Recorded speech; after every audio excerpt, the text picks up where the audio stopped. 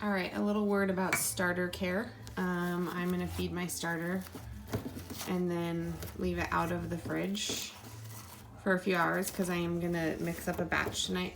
You're gonna get a sticky paper towel like mine. I usually end up just, most of the time I use a jar funnel so that I'm not actually like that, like touching the paper towel with the flour. And then I just swap out my jar every few days and soak that and let it get ungummed, and then just put my starter in a brand new jar. So I'm just getting a 1/4 cup of flour right down the hatch. And then we're gonna go get 1/4 cup of water. Please ignore my filthy kitchen. I've done a lot of things today and dishes are not one of them. So just there, and just grab a fork.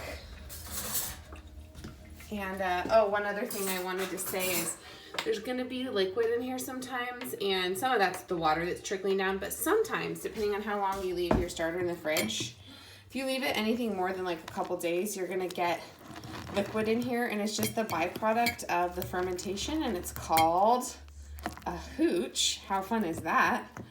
So you can even, you know, name your sourdough starter if you want. Like, I have friends that have named theirs, and then you say, oh, look, Maria's hooch is really live and active today. If you leave it in there, it'll just give you like a more sour flavor in your starter.